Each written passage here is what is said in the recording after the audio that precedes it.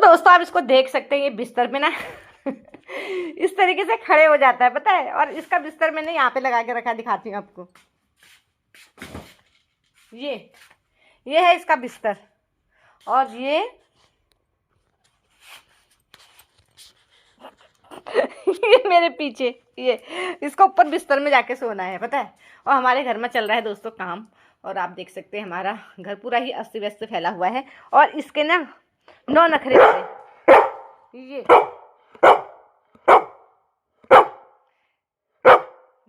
कितना गुस्सा हो रहा है, ये देखो।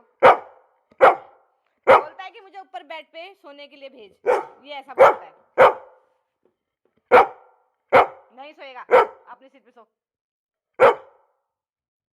ये है मेरे लेब्रा के 9 नखरे, देखो देखो, नखरेबाज लेब्रा है मेरा, नखरेबाज।